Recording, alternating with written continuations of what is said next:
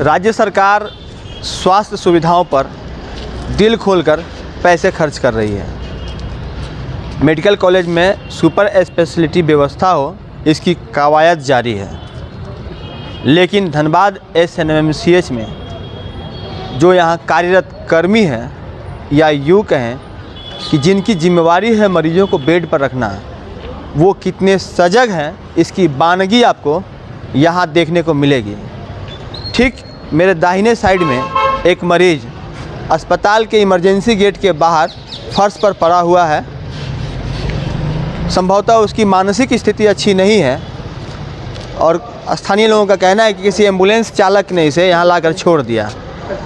बड़ी बात यह है कि जब 108 एम्बुलेंस में नियम है कि मरीज को एडमिट करवाना है, तो कैसे उसे यहाँ छोड़कर लोग चले गए। सामने में एक व्यक्ति और दिख रहा है जो कि ज़मीन पर कुछ देर पहले लेटा हुआ था, अभी बैठा हुआ है।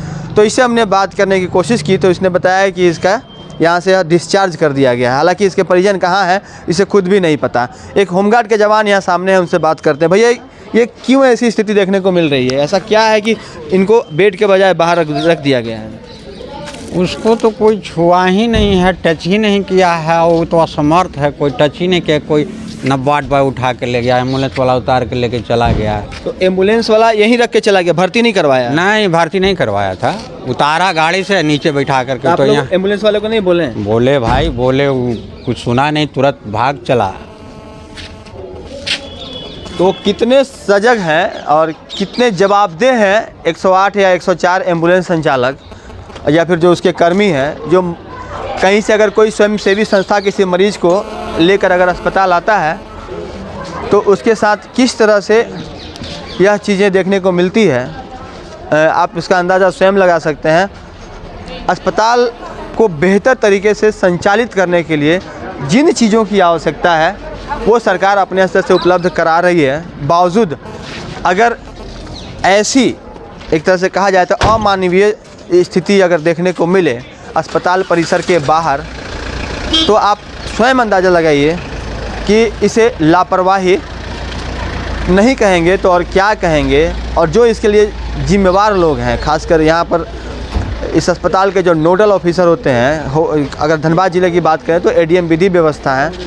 इसके अलावे अगर हम बात कर लें, अस्पताल में एक ऐसा वार्ड भी है जहाँ पर कि वैसे मरीजों को रखा जाता है जिनके पास कोई उनका परिजन नहीं है या वो पूरी तरह से अनाथ हो चुके हैं। वैसे लोगों के बेड पर भी अगर इन्हें जगह दे दी गई होती तो कुछ ना कुछ इलाज तो इनका हो ही जाता। लेकिन अगर बाहर में यह व्यक्ति सीधे ज़मीन पर फर्श पर पड़ा हुआ रहेगा, ठंड का दिन है, ना उसके पास कंबल की व्यवस्था है और ना ही वह व्यक्ति स्वयं उठ करके अस्पताल के अंदर जा सकता है, तो ऐसे में जो लोग यहाँ के अधीक्षक हों या फिर यहाँ के जो अन्य पदाधिकारी हैं या फिर जो डॉक्टर हैं या फिर वार्ड बॉय अथवा कोई अन्य कर्मचारी, उनके अंदर अगर मानवीय दृष्टिकोण से कोई भावना नहीं जग रही हो, अगर वो नहीं उसे अंदर ले जाने का प्रयास कर रहे हैं, तो यह स्थिति कहीं ना कहीं चिंतनीय ज़रूर है। और इस पर अस्पताल प्रबंधन को या फिर सरकार को, स्वास्थ्य विभाग को कहीं ना कहीं इस पर संज्ञान लेने की आवश्यकता है, ताकि स्थिति जो है बद से बदतर अब ना हो। सहयोगी विपिन के साथ राजकुमार जायसवाल, न्यूज़ 22 स्कोप, धनबाद।